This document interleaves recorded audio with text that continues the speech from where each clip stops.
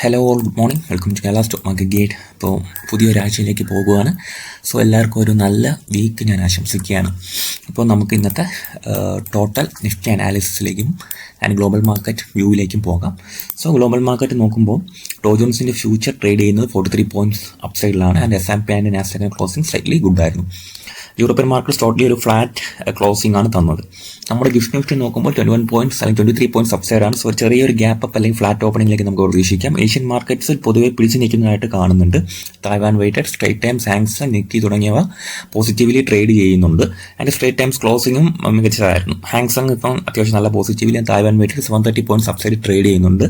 Gift Nifty 23 points upside ആണ്. അപ്പോൾ ഇത് നിലനിൽക്കുകയാണെങ്കിൽ ഒന്നുകൂടി ചെറിയൊരു ഗ്യാപ്പ് അപ്പ് അല്ലെങ്കിൽ ഒരു ഫ്ലാറ്റ് ഓപ്പണിംഗിലേക്ക് നമുക്ക് പോസിബിലിറ്റി ഉണ്ടെന്ന് കാണാൻ സാധിക്കുന്നു.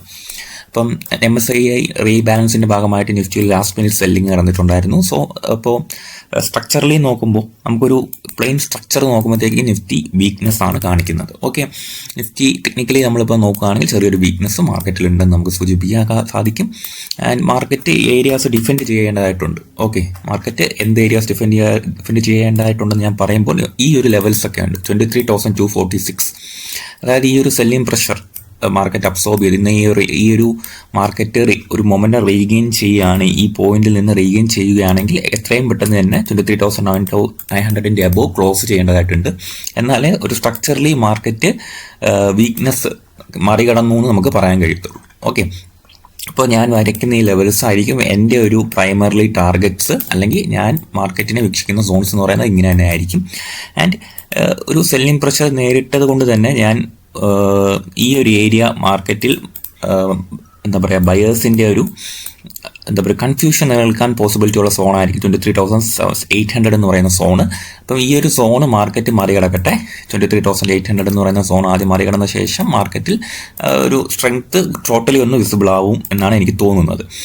കാര്യം ആ ഒരു റീബാലൻസിങ്ങിൻ്റെ ഭാഗമായിട്ട് നടന്ന ഈ ഒരു സെൽ ഓഫ് ഫസ്റ്റ് അബ്സോർബ് ചെയ്ത് പോകേണ്ട ഒരു സോണാണ് 23,800. ഈ ഒരു സോണ് ഒന്ന് മാർക്കറ്റ് റീഗെയിൻ ചെയ്ത് കഴിഞ്ഞാൽ, ഈ ഒരു സോണ് മാർക്കറ്റ് ഒന്ന് ക്രോസ് ചെയ്ത് കഴിഞ്ഞാൽ ബയേഴ്സിൻ്റെ ആ കൺഫ്യൂഷൻ അങ്ങ് തീരും.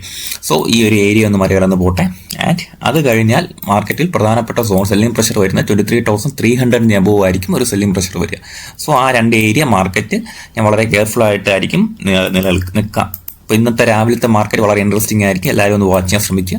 ഇപ്പോൾ ഒരു MSCI റീബാലൻസിങ് എല്ലാം കഴിഞ്ഞ് വരുമ്പോഴത്തേക്കും എങ്ങനെയാണ് മാർക്കറ്റ് റിയാക്ട് ചെയ്യുന്നത്, ഇങ്ങനത്തെ ഒരു സെല്ലിംഗ് പ്രഷറിനോടൊന്ന് പഠിക്കാനായിട്ട് ഈ ഒരു ദിവസം നിങ്ങൾ ഉപയോഗപ്പെടുത്തുക. ഓക്കെ, അപ്പോൾ ബാക്കി കാര്യങ്ങളും ടെലിഗ്രാം ചാനൽ അപ്ഡേറ്റ് ചെയ്യുന്നതായിരിക്കും. അപ്പം ആദ്യമായിട്ട് വീഡിയോ കാണുന്നവർക്കും കേൾക്കുന്നവരും ഇതുവരെ ജോയിൻ ചെയ്തിട്ടില്ലെങ്കിൽ ജോയിൻ ചെയ്യുക. അപ്പോൾ ഞാൻ മാക്സിമം എൻ്റെ പേഴ്സണൽ ട്രേഡ്സും എല്ലാം അപ്ഡേറ്റ് ചെയ്യാറുണ്ട് ഇതിൽ. സോ ജോയിൻ ചെയ്തിട്ടില്ലാത്ത ജോയിൻ ചെയ്യുക. ലിങ്ക് കമൻറ്റ് ബോക്സിലും ഡിസ്ക്രിപ്ഷനിൽ ഞാൻ കൊടുക്കുന്നതായിരിക്കും. ഓക്കെ, അപ്പോൾ ഇന്ന് എന്തെങ്കിലും റിസൾട്ട് നമുക്ക് പരിശോധിക്കേണ്ടതായിട്ട് റിസൾട്ട് സീസൺ മോസ്റ്റ്ലി അവസാനിച്ച് കഴിഞ്ഞു. അപ്പോൾ ഇൻഡിഗോയുടെ റിസൾട്ട് വന്നപ്പോഴത്തേക്ക് ലോസ് നിലവിൽ 2,536 കോടിയാണ്. എൻ്റെ റവന്യൂ റൈസ് ചെയ്തിട്ടുണ്ട്. പിന്നെ നമ്മൾ ശ്രദ്ധിക്കേണ്ടതെന്ന് പറയുന്നത് ഗുജറാത്ത് ഗ്യാസിൻ്റെ റിസൾട്ടാണ്. പ്രോഫിറ്റ് 11 ഫോൾഡാണ് വർദ്ധിച്ചത്. 31 കോടിയിൽ നിന്ന് 351 കോടിയിലേക്ക്. റവന്യൂ ഫോൾ ഉണ്ടായിട്ടുണ്ട്. കോൺകോർഡ് ബയോടെക്കിൻ്റെ പ്രോഫിറ്റ് സിങ്ക് ചെയ്തിട്ടുണ്ട് എന്നുള്ള ന്യൂസ് ഉണ്ട്. ആൻഡ് NMDCയുടെ പ്രോഫിറ്റ് ജമ്പ് ചെയ്തിട്ടുണ്ട്. IRADA പ്രോഫിറ്റ് ഡിക്ലൈൻ ചെയ്തിട്ടുണ്ട്. ഓക്കെ, ഗ്ലെൻമാർ ഫാർമയ്ക്കാണെങ്കിൽ പ്രോഫിറ്റ് 65% വർധനമാണ്. 4 കോടിയിൽ നിന്ന് 301 കോടിയിലേക്കാണ് വർധന ഉണ്ടായത്. റവന്യൂ ഗ്രോത്തും ഉണ്ടായിട്ടുണ്ട്. ഒലക്ട്ര ഗ്രീൻ ടെക്കിന് പ്രോഫിറ്റ് സർജ് ചെയ്തു, റവന്യൂ ഇൻക്രീസ് ചെയ്തിട്ടുണ്ട്. ലുമാക്സ് ഓട്ടോ ആണെങ്കിൽ പ്രോഫിറ്റ് സോർ ചെയ്തു, റവന്യൂ ജമ്പ് ചെയ്തിട്ടുണ്ട്. ഇനോക്സ് വിൻഡ് ആണെങ്കിൽ പ്രോഫിറ്റ് സിങ്ക് ചെയ്തിട്ടുണ്ട്, റവന്യൂ ഓൾസോ ഫോളോ ചെയ്തിട്ടുണ്ട്. ഓക്കെ, അപ്പോൾ പിന്നെ എന്താണ് വോക്ക്ഫോർട്ട് ഫാർമയുടെ ന്യൂസാണ്. US food and drug administration approval കൊടുത്തിട്ടുണ്ട്.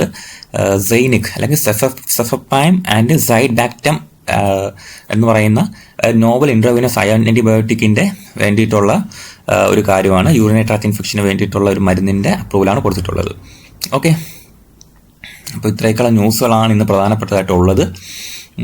അപ്പം കെയർഫുൾ ആയിട്ടൊക്കെ നമുക്ക് നോക്കാം. ആദ്യം ഇന്നത്തെ എന്താ പറയുക മാർക്കറ്റ് എങ്ങനെയാണ് ഓപ്പണിംഗ് എന്ന് നോക്കിയ ശേഷം കൂടുതൽ സ്റ്റോക്സിൻ്റെ അപ്ഡേറ്റ്, ഞാൻ ഫോക്കസ് ചെയ്യുന്ന സ്റ്റോക്സിൻ്റെ അപ്ഡേറ്റ്സ് ഞാൻ നിങ്ങൾക്ക് ഇട്ട് തരുന്നതായിരിക്കും. ഓക്കെ, ഞാൻ എന്തായാലും GRM ഓവർസീസൊക്കെ ജസ്റ്റ് ഇങ്ങനെ പഠിക്കാനായിട്ട് എടുത്ത് വച്ചിട്ടുണ്ട്. നമുക്ക് നോക്കാം മാർക്കറ്റ് എങ്ങനെയാണ് റിയാക്ട് ചെയ്യണേ എന്ന്. ഇനി ഒരു ഡൗൺ സൈഡ് വരുമോ ഇല്ലേ എന്നൊക്കെ നോക്കിയ ശേഷം ഞാൻ ഒരുപാട് സ്റ്റോക്സ് ഇങ്ങനെ വാച്ച് ലിസ്റ്റിലിട്ട് വച്ചിട്ടുണ്ട്. അപ്ഡേറ്റുകൾ ഞാൻ ടെലിഗ്രാം ചാനലിൽ തരുന്നതായിരിക്കും. Okay, so thank you.